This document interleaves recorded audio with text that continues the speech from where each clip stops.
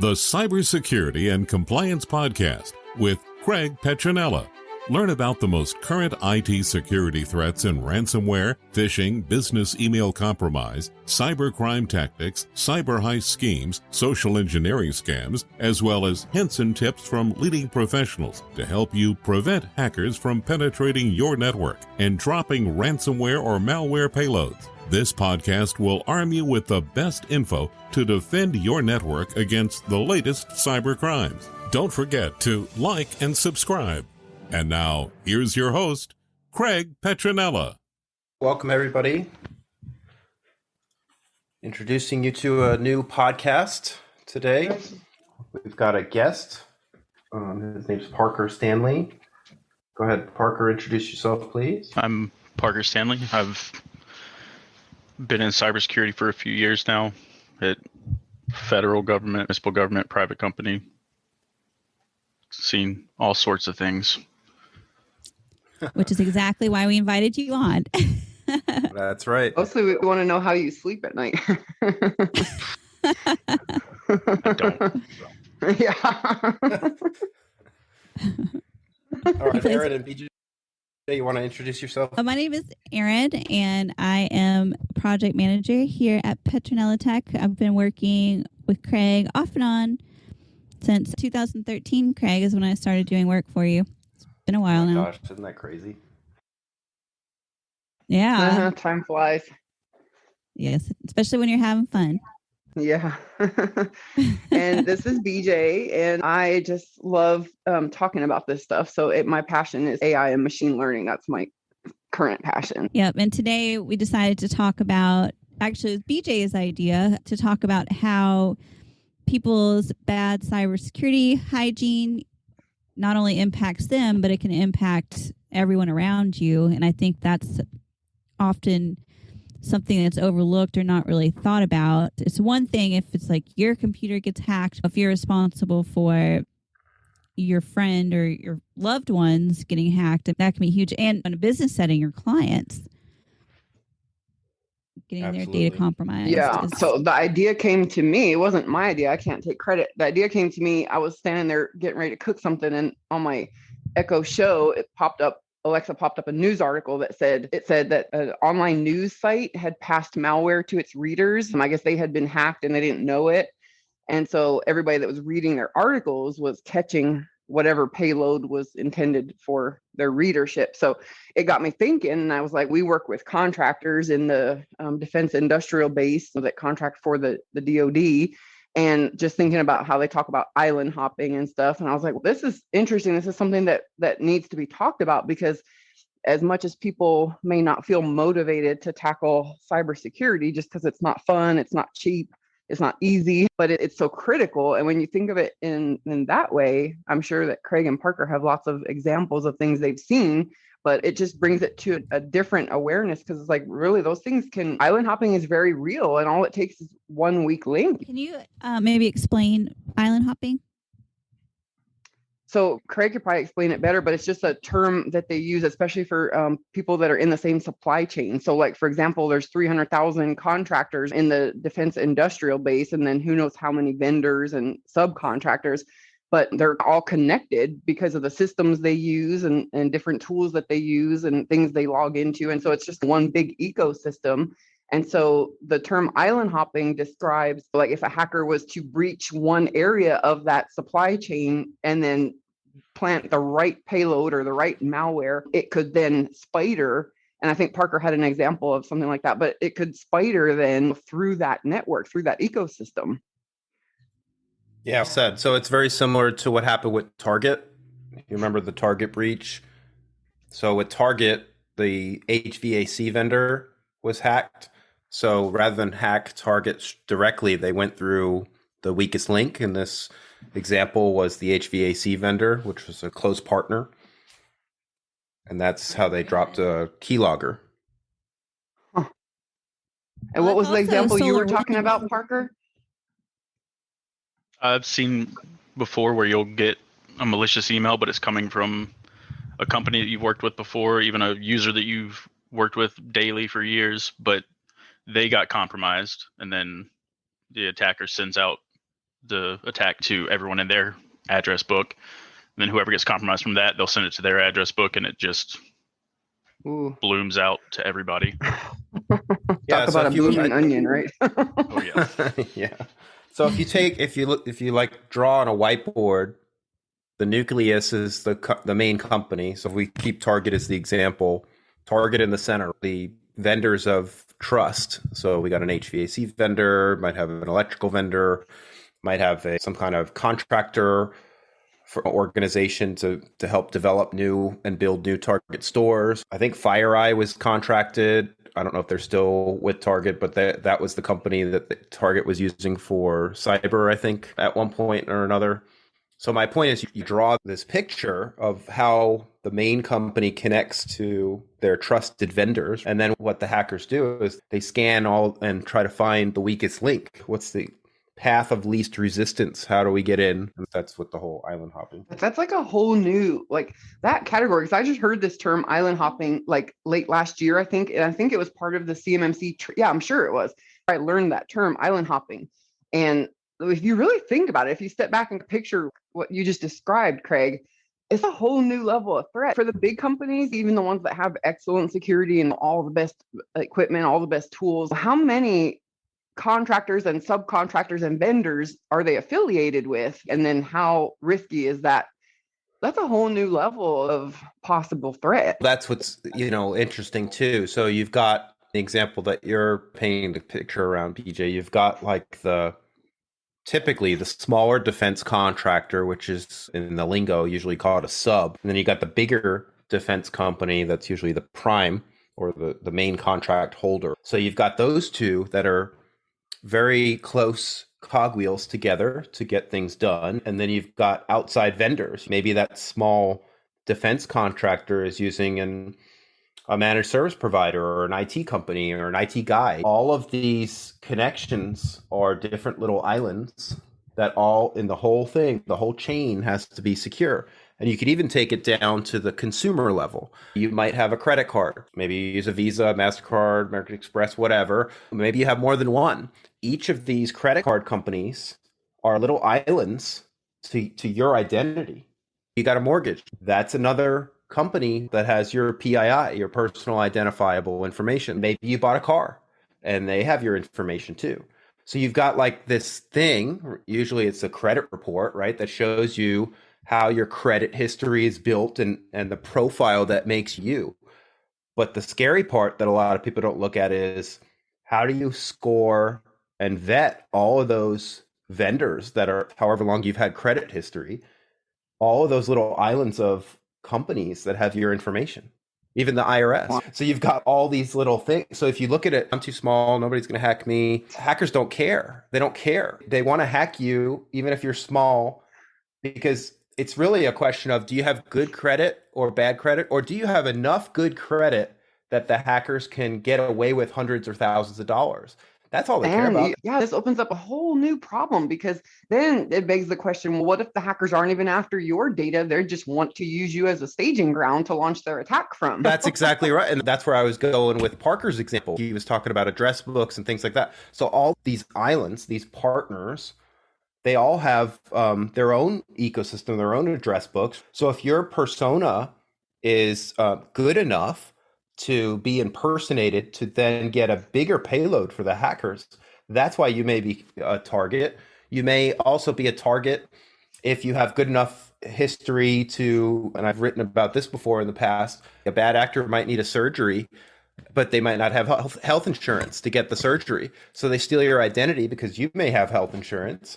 They impersonate you. They put the surgery under your name, your identity that was stolen. And then guess what? You get the bill in the mail and you're like, what the heck? I didn't have a surgery.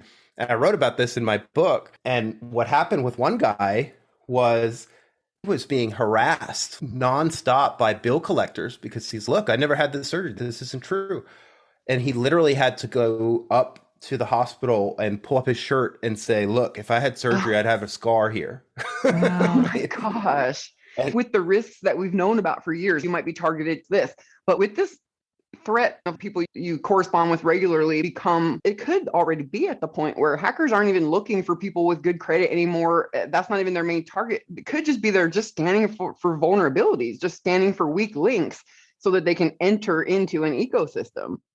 Target opportunity is a real thing.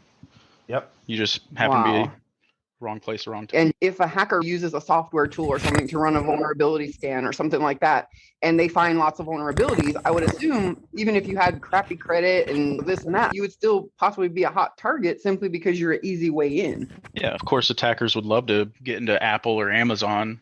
They have the most money and the most information, but they also have the most security, where you got this company of 50 employees that has one IT guy that he got a couple certs that he crammed for.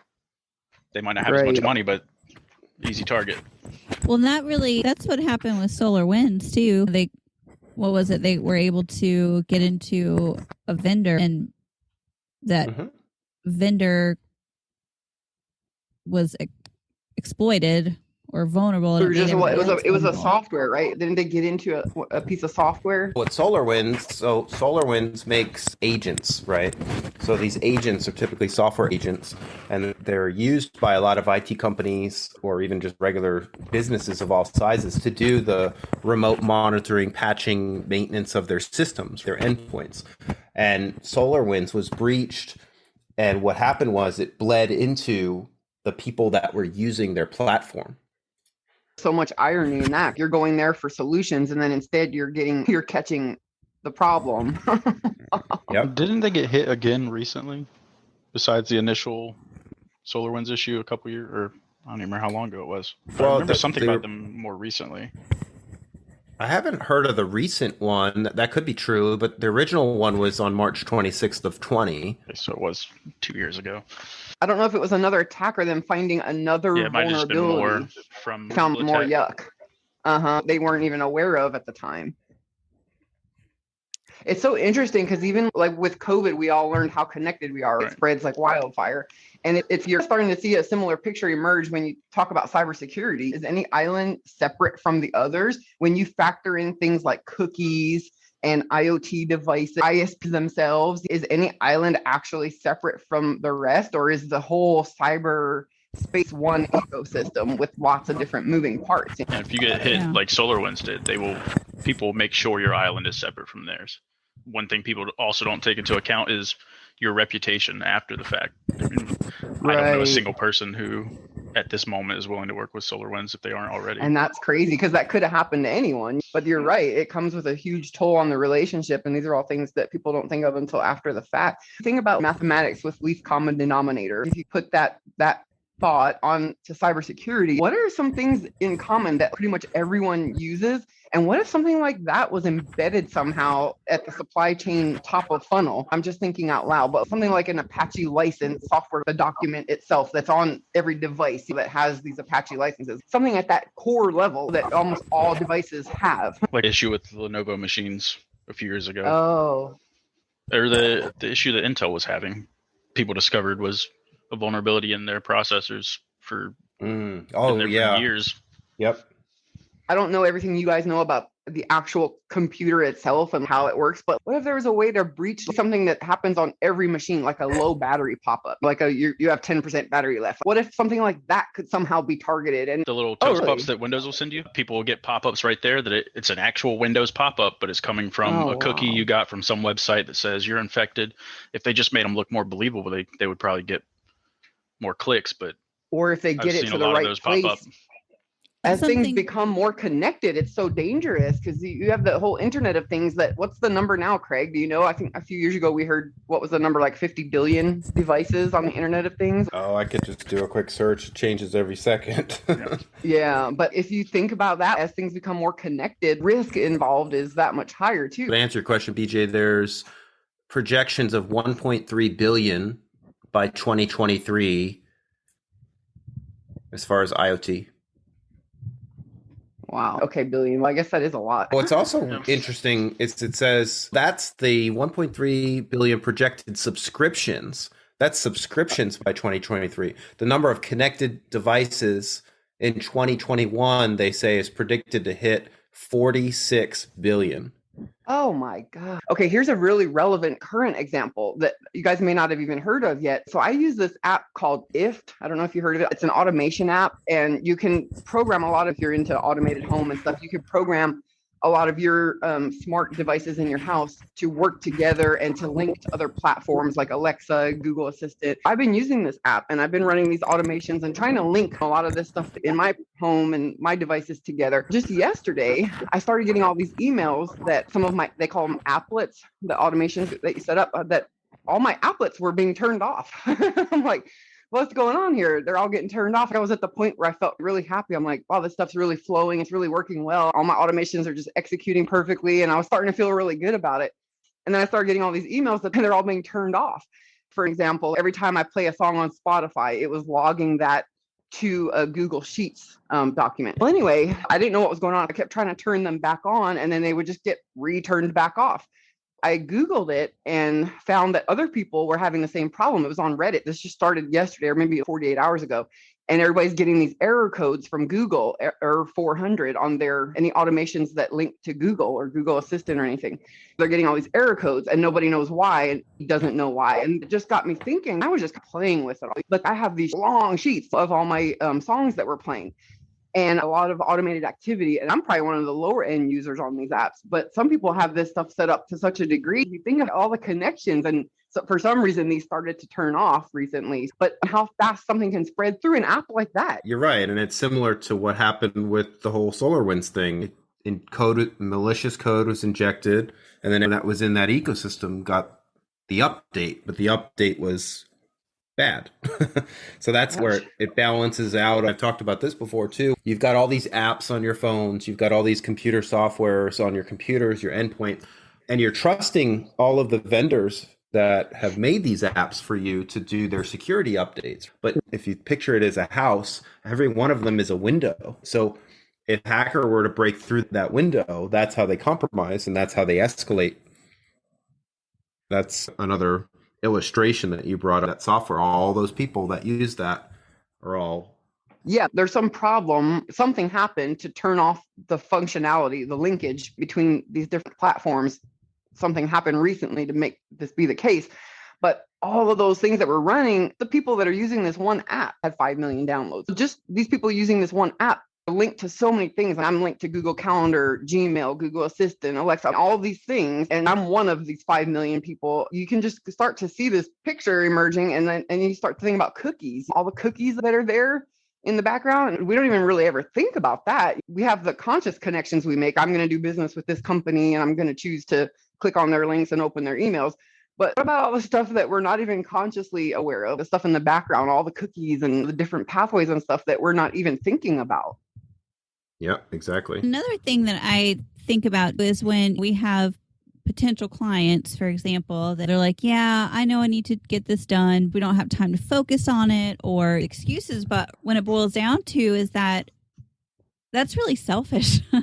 I think a lot of businesses think about how cybersecurity is going to impact them and how we might not get a virus or whatever. What they don't realize or don't think about is how it's going to impact everybody else. One of the biggest reasons that password security is so important and why it's evolved so much is because if a hacker gets into your system and they find out your login credentials and you use those login credentials for your bank, they can log into your bank and steal you blind, right? Or steal your customer blind.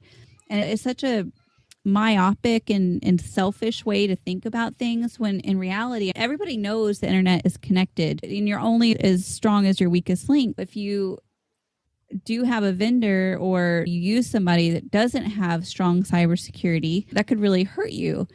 I don't think that people really think of it in that way. They're like, we don't have time for this. We don't have the money for this. Okay, well, go tell that to your clients. you know? Yeah, it's clear that they're not thinking it all the way through. That's really become clear lately as a cybersecurity place. We've witnessed people be aware of the fact that they may have an active infection and not prioritize it in their budget to take the right, steps, the right actions. And these are not bad people. They're good people, but they're not thinking it through when they don't prioritize it. They're not thinking through. I think people are missing the awareness of how connected the internet already is. and that we're not all separate from each other. I'm paranoid about clicking links anymore. Like, really, only you guys do I click links from. Anywhere I won't click a link, but you can't pay me to click a link. But I don't think people realize how connected everything is. I was doing some reading about cookies this week. I have an interest in Spotify because I think it's a really neat development for the IoT. A lot of the intelligences that are out there, like Google Assistant, Alexa, Siri, can access the same content at the same time in Spotify. It's got an API for AI. It's linked up. And so I like looking into Spotify. I was reading in some of the fine print because the terms and conditions are always the fun thing to do when you have nothing else to do. I got really deep into it, just reading about cookies. And I'm like, wow, just cookies alone should be enough to make people think, okay, we really need to take our cybersecurity seriously, you know? I'm just wowed by the fact that you read about cookies. I find it interesting. I don't think a lot of people even know what cookies are. When you get reading about it, there's all these different types of cookies. And it's so weird. It's so ironic. Like everything in life, they say humor always has a degree of irony in it.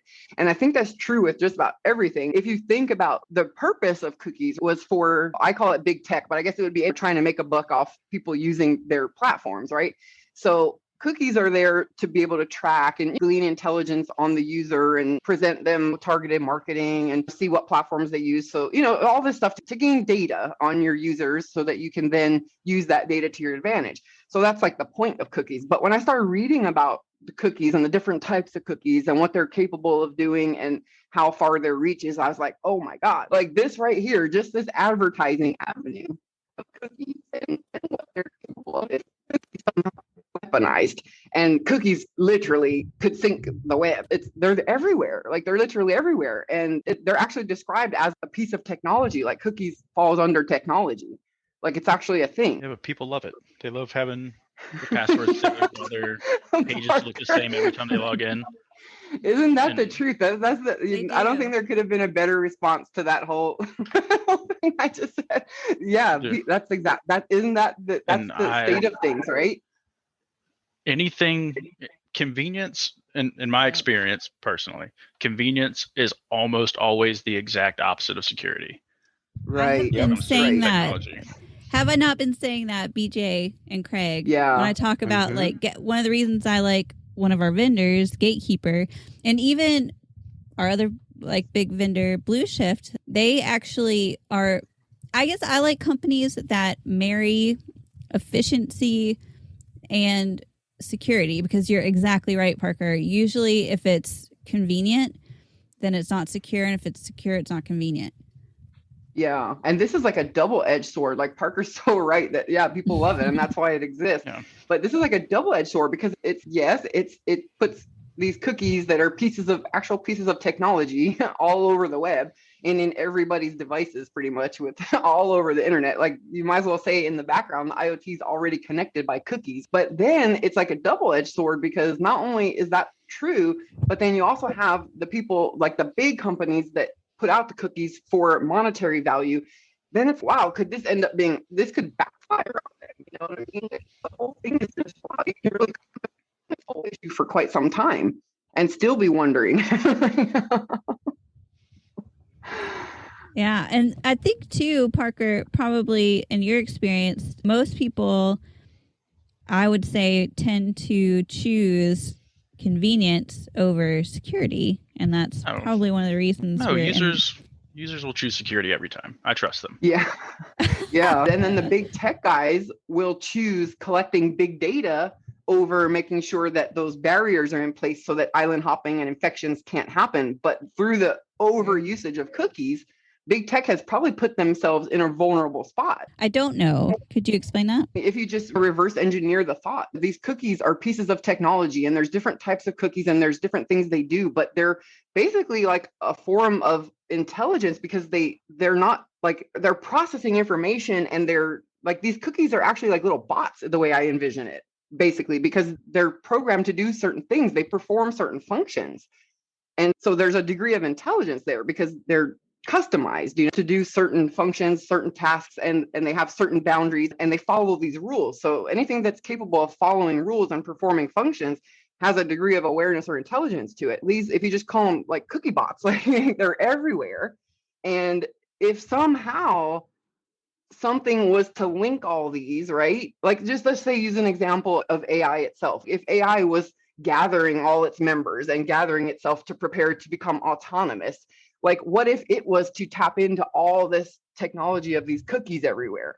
And what if that was like a way for it to pull itself up? You know, I mean, people don't think things through, is my point. Like, none of this has been thought through. Like, from when, you know, the internet, which was the 80s, but I read something about it being more like the 50s or something, that they sent their first message or something, or the 20s or something like that. But anyway, like, it wasn't thought through. Like, there wasn't a plan put in place for cybersecurity or to keep everything protected. Like, it was rushed, like a gold rush, before it was really thought through. And I think we're definitely seeing the climax of that now, and the fallout of that.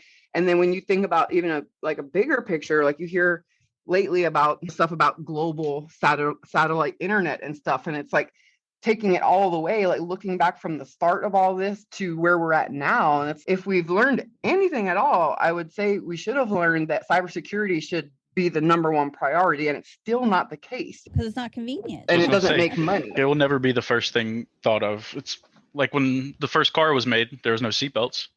They wanted the car to work. They wanted to be able to drive around. They didn't think about the safety until, we had some people fly out the car when they hit something. Just a few weeks ago, we heard, you're right. And just a few weeks ago, we heard some of the Tesla cars, remember, like, they were having braking problems. Like, they were doing some automatic braking thing on their own or something like that. And just right there, that should give us pause and think, okay, before we go any further, before we do global satellite internet and all this other stuff, shouldn't we get all that figured out, you know, like, really carefully and perfectly? I kind of blindly trust Elon Musk. I think it goes to the fact that companies are pushing things so fast. Security is always taking the back seat. So they put it out there, like the same thing with the autonomous vehicle technology that Tesla is striving for. It's not perfect right now. Look, there have been many car crashes. It's good, but it's not perfect. So there's associated risks that I think a lot of consumers don't really understand. You're putting your life in the hands of that car. People don't want to wait. It's the same with anything. They don't want to wait. That's the key. That's the key, Parker, because you're right. Because people, and when I say people, big companies, big tech organizations, even government entities, they all compete, right, to be the first to arrive and the first to monopolize something. And so there's all this momentum caught up in the competition of things. And so it, unfortunately, the side effect of that, like, the good news is that it causes the tip of forward progress to always be pushed forward. But the bad news of that is that people are prioritizing being the first to arrive, and the first is whatever over let's do it the right way. And you're seeing that. Well, it's kind of, you can bring it back to the vaccines too. Yeah. That's a good everybody get metaphor. a jab, right? So that you don't get COVID, but who knows what's going to happen. We're all going to have tails in 5 years. Yeah. I'm sure there'd be a good use for a tail of some way, shape, or form to look on the bright side. But yeah, that's right. If we had a way to, like, say, stop the insanity, in the words of Richard Simmons, stop the insanity and let's do things correctly, there should be no more advancement of anything until we get the framework, get the foundational layer. Yeah, you can't even get everybody to agree on a flavor of ice cream. You're never going to get everybody to stop everything. Thanks for listening to the Cybersecurity and Compliance Podcast with Craig Petronella. For other episodes and more information, visit petronellatech.com. Also visit our other websites, compliancearmor.com and blockchainsecurity.com. Don't forget to like and subscribe. Thanks for listening, and stay secure.